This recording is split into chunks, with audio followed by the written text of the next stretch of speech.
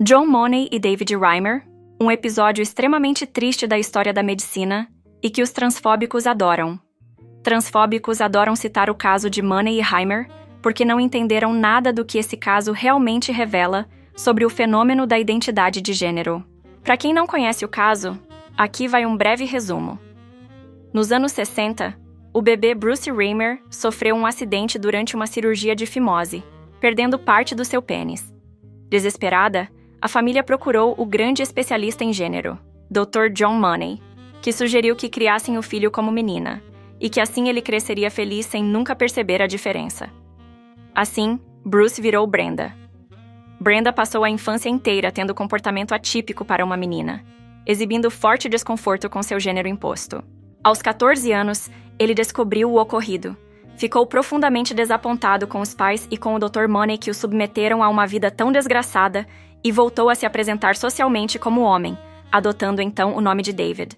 Mas as sequelas de sua juventude traumática foram profundas, e Reimer tristemente cometeu suicídio aos 38 anos. Os transfóbicos lambem os lábios ao ouvir essa história. Para eles, essa é a prova cabal de que ninguém pode escolher ser homem ou mulher, que a dita ideologia de Genésio força as pessoas a escolhas que lhes fazem mal, que destrói vidas e vários outros argumentos previsíveis. Mais ainda, adoram dizer que Money é o pai da ideologia de gênero, que tudo começou com esse episódio dos anos 60, que toda a ideologia é fundada nesse caso trágico. O caso é tão emblemático que uma certa produtora brasileira de documentários aí, a qual não citarei o nome porque, embora seja crítica ferrenha do politicamente correto, adora fazer assédio jurídico com quem fala mal dela, está fazendo um filme sobre o episódio. Primeiro de tudo, Money não foi um precursor dos estudos em identidade de gênero. Ele, na verdade, mal chega a ser uma influência para os estudos atuais.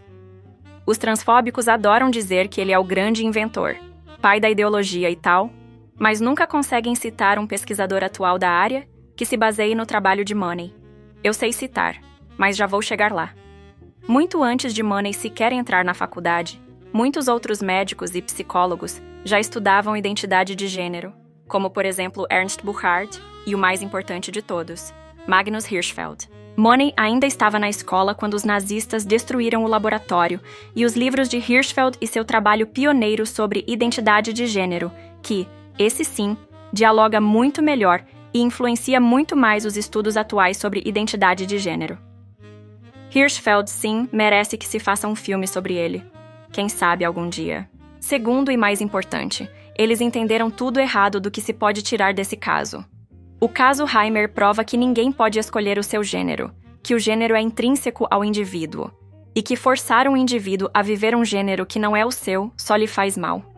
Exatamente o que nós da causa trans dizemos. David Reimer era um homem cis.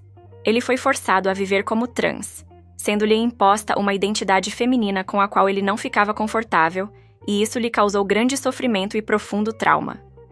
Milhões, literalmente milhões de pessoas trans no mundo passam pela exata mesma coisa. Esse processo é chamado de cissificação forçada, quando a pessoa trans é forçada a ser cis. Reimer talvez tenha sido a única pessoa na história que viveu o processo oposto, o de transificação forçada, e teve sofrimentos análogos aos das pessoas trans que sofrem transfobia. David Reimer era um indivíduo. Ele não representa toda a população trans, grupo do qual ele sequer fazia parte, evidentemente. Então, o que se pode aprender dessa história é que uma pessoa não era trans. Se os transfóbicos entenderam que, porque ele não era, ninguém no mundo é, entenderam errado. O erro de Money, que infelizmente custou a saúde mental e a longo prazo a vida de um indivíduo, foi achar que a conformação corporal determina a identidade de gênero de uma pessoa. Se o corpo for de homem, é mais fácil a pessoa se ver como homem, e o mesmo com as mulheres. Isso explica a sua admoestação à família Reimer, mas contradiz frontalmente a ideia da existência de pessoas trans. Pessoas trans são simplesmente aquelas com que isso não acontece, mas que se veem persistentemente como alguém do sexo oposto. Esse fenômeno é chamado de incongruência de gênero. Guiado por essa tese, ele defendia cirurgias genitais corretivas em bebês intersexo e publicou artigos defendendo tais práticas durante os anos 80 e 90, até que viesse o movimento LGBT e questionasse essa prática cruel, defendendo que pessoas intersexo têm direito à autonomia corporal. Money defendia também que a incongruência de gênero, embora esse termo sequer existisse em sua época, diminuiria e eventualmente desapareceria à medida que as características sexuais secundárias florescessem no corpo do indivíduo. Por isso, quando crianças apresentassem incongruência de gênero, seria só deixá-las passar pela puberdade. Assim, surgiriam os seios, a barba, viriam as ereções e as menstruações, e a pessoa passaria a se entender como homem ou mulher. Essa tese é chamada de o mito da desistência. O fato de ter sido batizada com o nome de mito já mostra o que vem por aí, certo?